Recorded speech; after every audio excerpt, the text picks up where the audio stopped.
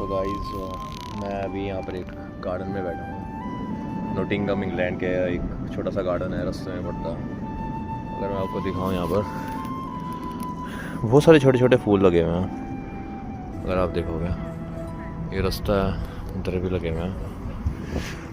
थोड़ा सा आगे जाके दिखाऊँ, लोग आते हैं यहाँ पर बैठ जाते हैं। वो छोटी सी आपको डक भी दिख रही होगी, थोड़ा सा पानी आ रहा है कहीं से, क्या नाम से है। ये फूल देखो,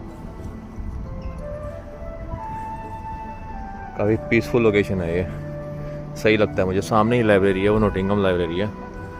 वहाँ से बुक इशू करो, यहाँ बैठो, डेस्कों से खाना लाओ और पढ़ाई करो अपनी।